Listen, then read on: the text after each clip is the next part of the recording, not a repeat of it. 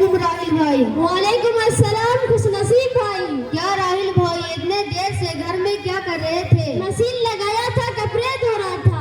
ارے راہل بھائی اور تم بھی عجیب آدمی ہو، بھابھی کو بہت آرام دیتے ہو۔ ہاں بیچاری کو آرام ملتی ہے، فجر سے 1 گھنٹہ پہلے اٹھتی ہے، نماز تلاوت سے فارغ ہوتے ہی 5 بچے اسکول جاتے ہیں، ہر ایک کو 10 کام، نہانا دھونا، کپڑے استری کرنا، ناشتہ بنانا، پھر زبردستی کھلانا، ہوم ورک کروانا، سب کا ناز نخرا برداشت کرنا، پھر امی کی خدمت میں تو حیرت زدہ رہتا ہوں کہ کیسے وہ اکیلے ساری کام کرتی ہے۔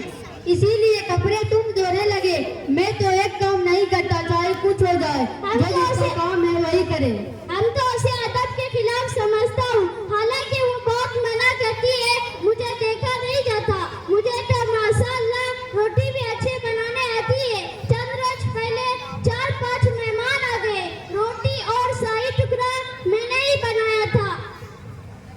تم لوگ عورتوں کا دماغ خراب کر دیتے ہو، اسی لیے تو سرکس ہو جاتی ہے۔ میرے طرح رہو۔ میرے بھائی کچھ ڈھنگ کی بات کرو، یہ کون سی مردانگی ہے؟ بیوی بیچاری تکلیف اور مشقت برداشت کر کے ہر کام کرے اور شوہر اس کا ہاتھ نہ بٹائے، جبکہ دنیا میں سب سے محترم شخصیت ہمارے رات کے عادی پیارے نبی صلی اللہ علیہ وسلم اپنے گھر میں بہت سا کام کر لیا کرتے تھے۔ کیا بات کرتے ہو؟ بھلا پیارے رسول اللہ صلی اللہ علیہ وسلم کے بیویاں آپ کو بھی تو کام کرنے دیتی۔ اچھا سنو، میں تم کو ایک حدیث سناتا ہوں۔ حضرت اسود بن یزید رضی اللہ عنہ کہتے ہیں کہ میں نے سیدہ عائشہ رضی اللہ عنہ سے پوچھا، رسول کریم صلی اللہ علیہ وسلم اپنے گھر میں کیا کیا کرتے تھے؟ آپ نے بتلایا نبی صلی اللہ علیہ وسلم اپنے گھر میں کام کاج یعنی اپنے گھر والوں کی خدمت کیا کرتے تھے، اور جب نماز کا وقت ہوتا تو فوراً کام کاج چھوڑ کے نماز کے لیے چلے جاتے تھے۔ یہ صحیح بخاری کی حدیث نمبر 676 ہے۔ اب بتاؤ کیا کہتے ہو؟ اب کیا کہہ سکتا ہوں میں؟ بھلا پیارے رسول اللہ صلی اللہ علیہ وسلم کے بیویاں اب کیا کہہ سکتا ہوں میں؟ پیارے رسول اللہ صلی اللہ علیہ وسلم کے اسوے اور سنت سے بڑھ کر تو کوئی چیز نہیں ہو سکتی۔ میں معذرت خواہ کہ میں نے تم سے اس طرح کی باتیں کی۔ نصیب بھائی اللہ تم کو معاف کرے، آمین۔ گھر میں بیوی کا ہاتھ بٹاؤ گے تو محبت بھی بڑھے گی اور سنت پہ عمل کرنے کا ثواب بھی ملے گا۔ ضرور ضرور راہل بھائی، تمہارا شکریہ، جزاک اللہ خیر۔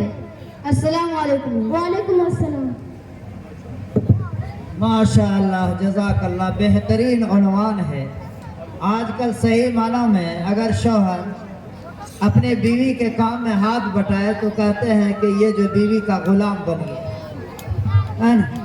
اگر جو ہے کہیں شوہر کو دیکھ لیا کہ وہ اپنے بیوی کے منہ میں لقمہ ڈال رہا ہے تو ساس نے دیکھ لیا تو کہا اب تو ہو گیا۔ تو اب اس کے بعد میں تقریر کے لیے دعوت دے رہا ہوں عبد المنان کو۔ ان کا عنوان ہے قرآن مجید۔